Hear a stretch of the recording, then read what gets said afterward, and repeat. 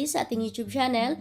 For today's video, gagawa tayo ng masarap na chocolate brigadeiro cake. Mas madali itong ibenta guys ng ganitong packaging compared dun sa mga malalaking cake. At pwede rin natin siyang lagyan ng iba't ibang toppings or iba't ibang fresh na fruits. At kahit mga beginner pa lang dyan sa pagbibake, kayang-kaya nyo itong gawin guys. Kaya tara, umpisahan na po natin. Bubuhaghagin muna natin yung ating flour para hindi po siya sisiksik dun sa ating measuring cup. Dito guys, kahit wala naman weighing scale, pwede naman measuring cup lang yung gagamitin natin. Ayan, naglagay ako dito ng all-purpose flour, 1 3/4 cup, then yung ating salt, baking powder, at saka yung ating baking soda.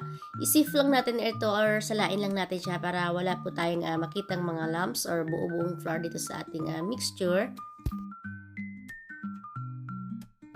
I-mix lang natin ito, din ilagay na natin yung ating sugar. Ang ginamit ko dito ay 1 cup light brown sugar at 1 cup naman granulated sugar. Pwede naman brown sugar lahat yung gagamitin nyo guys. Then, i-mix lang natin ito at iset aside lang muna natin siya. Dito naman sa ating measuring cup, ilagay na natin yung ating 2 large egg. Then, sunod na rin natin yung ating vanilla.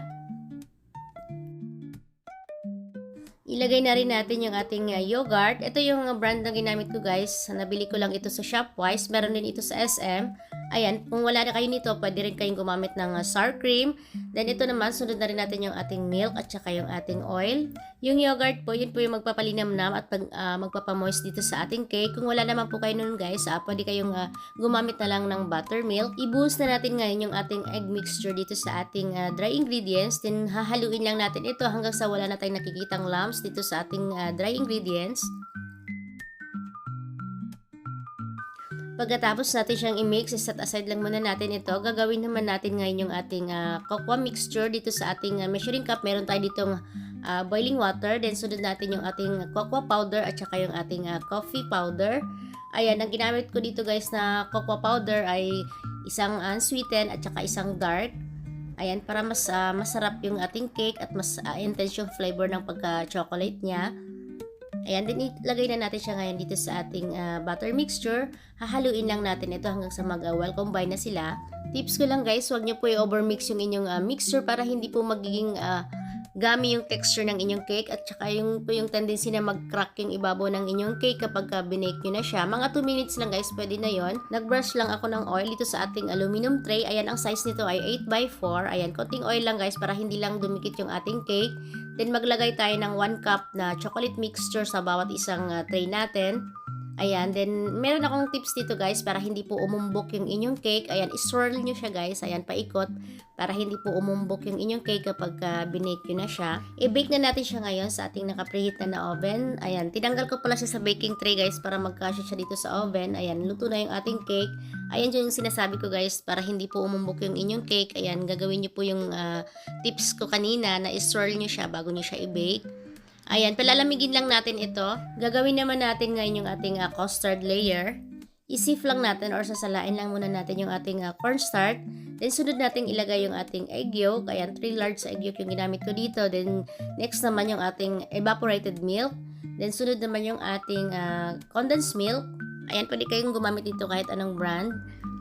I-mix lang natin ito hanggang sa well blended na siya bago po natin buksan yung ating apoy.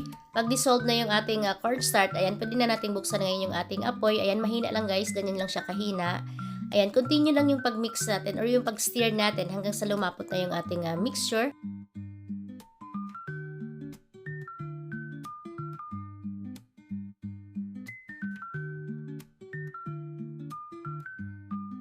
Ayan, kapag malapot na siya guys, ilagay na natin yung ating cream.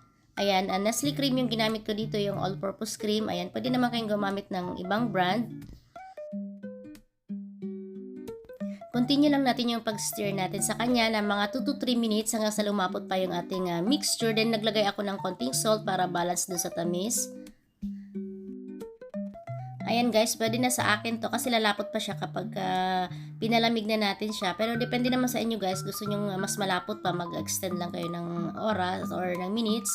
Ayan, sasalain lang din natin siya guys para smooth po yung ating custard. Etong custard guys, pwede nyo siyang gawin ahead of time or gawin nyo siya sa gabi kung kinabukasan nyo siya gamitin para naka-chill na siya overnight. Ayan, para less po yung trabaho natin or yung pagod natin. Then, tatakpan na natin siya ngayon ng cling wrap. Then, dapat po yung cling wrap natin nakalapat po doon mismo sa ating mixture para hindi po siya magkaroon ng skin or yung sugar crystal na tinatawag nila. Next natin gagawin yung ating chocolate ganache layer. Ayan, pagsasamahin lang natin yung mga ingredients dito sa ating measuring cup. Then, nilagay ko lang siya sa microwave ng 30 seconds. Then, every 30 seconds, guys, i-mix nyo siya bago nyo siya ilagay sa microwave. Pwede naman po sa double boiler nyo siya gawin. Yung corn syrup at saka butter, guys, pwede naman kahit wala. Naglagay lang ako para glossy tingnan. I-mix lang natin yung ating chocolate ganache hanggang sa melt na yung ating chocolate. Then, set aside lang muna natin siya para mag-set pa siya ng konti. Then, ilagay na natin yung ating custard dito sa ating chocolate cake. Nakikita nyo yung custard, guys, medyo runny siya. Hindi pa kasi siya masyadong malamig dito, guys. Medyo mainit-init pa siya. Kaya sabi ko sa inyo, guys, gawin nyo yung custard sa gabi. Then, kinabukasan nyo siya gamitin para nakaset na yung inyong custard. Pero okay lang naman yun, guys. Wala namang problema dun kasi chinild ko siya ulit yung ating custard layer ng mga 2 hours bago ko nilagay yung ating chocolate ganache. Ayan, dapat guys, nakaset yung ating custard bago natin ilagay yung ating chocolate ganache para hindi po siya humalo doon sa chocolate na ilalagay natin. Pagkatapos natin siya lagyan ng chocolate ganache layer, i-chill natin siya overnight bago natin siya i-serve or bago natin siya ibenta. Gumawa din pala ako dito ng chocolate mousse. Ayan, meron kasi tayong natirang chocolate cake. Papakita ko lang sa inyo guys para meron din po kayong choices kung gusto niyo gumawa ng chocolate mousse flavor. Ayan, naglagay lang ako dito ng Everwhip na 2/3 cup. Then naglagay ako ng doon sa ating chocolate ganache. Nilagyan ko siya ng mga 1/4 cup. Then i-beat lang natin siya hanggang sa maging ganito na yung consistency niya. Ito yung natira nating chocolate cake. Dudurugin lang natin siya guys para madali natin siyang ilagay dun sa tub. Ang tawag naman dun ay cake in a tub. Ayan, pwede nyo ring gawin yun guys. Madali din siyang ibenta pag nakatab yung ating mga cake. Ito yung tub na nabili ko sa Shopee guys. Parang 250 grams ata yung capacity nito. Ayan. Then, ilagay na natin yung ating cake. Kasya lang siya doon sa dalawang tub. Yung ating natirang cake kanina sa loaf pan. Ayan. Ilagay na natin yung ating chocolate mousse na ginawa natin. Then, i-layer lang din natin siya guys. Pagkatapos natin siyang lagyan ng chocolate mousse, ilagay na natin yung ating chocolate ganache na natira. Kung gusto niyo naman siya gawing chocolate dream cake, ayan, huwag niyo na siyang lagyan ng chocolate ganache. Ang ilalagay niyo guys, yung melted na chocolate, yung dark chocolate or milk chocolate, i-melt niyo lang siya bago niyo siya ilagay dito sa ating ibabaw ng chocolate mousse. Ayan, para magiging dream cake siya, magdas lang kayo ng cocoa powder. Pwede nyo siyang ibenta guys ng 250 to 280 pesos bawat isang tub. Pero depende pa rin po doon sa sangkap or sa presyo ng sangkap na ginamit natin. Hindi po kasi tayo pare-pareho ng area.